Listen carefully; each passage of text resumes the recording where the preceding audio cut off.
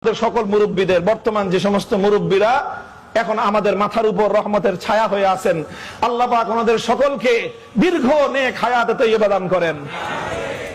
আমাদের মুহিউস সুন্নাহ মাহমুদুল হাসান হাফিজাহুল্লাহ তাআলা ফরিদাবাদ মাদ্রাসার মুহতামিম, আমাদের মুরব্বী হযরত মাওলানা আব্দুল কুদ্দুস সাহেব হাফিজাহুল্লাহ তাআলা, আমার ওস্তাদে মুহতারাম হযরত মাওলানা মুফতি মনসুরুল হক সাহেব হাফিজাহুল্লাহ তাআলা ওয়া রাআ, আমার উস্তাদ, আমার গভীর ইলমের উস্তাদ জাতীয় মসজিদ বাইতুল মুকাররমের খতিব হযরত মাওলানা মুফতি আব্দুল মালিক হাফিজাহুল্লাহ তাআলা, আমাদের উস্তাদ সমতুল্য বাংলাদেশের একজন মহিরুহ করিম ইবনুল করিম হযরত মাওলানা আরশাদ রহমানী হাফিজাহুল্লাহ তাআলা।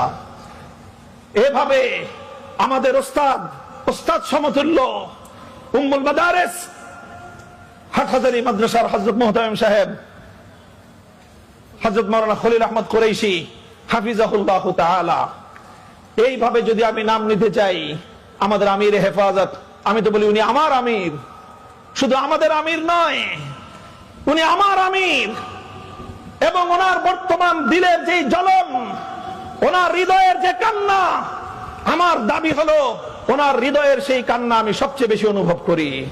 কারণ আমার জীবনের সবচেয়ে কঠিন সময়ে 3 বছরের হাসিনার জুলুমের জিন্দানখানায় আমি অনুভব করেছি আমার হৃদয়ে সান্ত্বনার পরশ হয়ে বুলিয়ে দিত আমির হেফাজত আল্লামা শাহ মুহিবুল্লাহ বাবুনগরীর দোয়া এবং তার স্নেহের পরশ।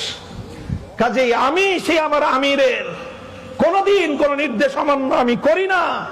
আমি ওনার হৃদয়ের জ্বলন এবং হৃদয়ের আকুতি বুঝেছি, এবং হৃদয়ের আকুতি বুঝে সেই আকুতি পূরণ করার জন্যই আমার জান কোরবান করার শপথ নিয়েছি।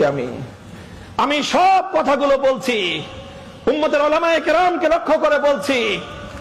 এই যে বড় বড় ইদারাগুলোর কথা বললাম, হাটহাজারী থেকে পটিয়া মাদ্রাসা, আমাদের যাত্রাবাড়ি মাদ্রাসা, আমাদের ফরিদাবাদ মাদ্রাসা, আমাদের জামিয়া কোরআনিয়া লালবাগ মাদ্রাসা, আমাদের এই সমস্ত ইতিহাসের একেবারে জ্বলন্ত এক একটা উজ্জ্বল নক্ষত্রের মতো জলজল করা তারকা প্রতিষ্ঠান, হাজার হাজার মুআল্লিম তৈরি করতেছেন আপনারা, যারা তালিমের মেহনতকে জিন্দা রেখেছে। হাজার হাজার মুবাল্লিগ তৈরি করতেছেন, সহিহ নাহজের উপর তাবলীগ চালাইতেছে। হাজার হাজার মুসলিম এবং মুজাক্কি তৈরি করতেছেন, খানকাগুলো চালাচ্ছে। আরো অনেক হাজার হাজার দায়ী পয়দা করতেছেন, যারা উম্মতের দাওয়াত এবং ওয়াজের মেহনতের ময়দানে মেহনত তারা করতেছেন। সব কিছু করতেছেন, কিন্তু আমার প্রশ্ন হলো ফরিদাবাদ মাদ্রাসা থেকে এই পর্যন্ত কয়জন জাতীয় পর্যায়ে নেতৃত্ব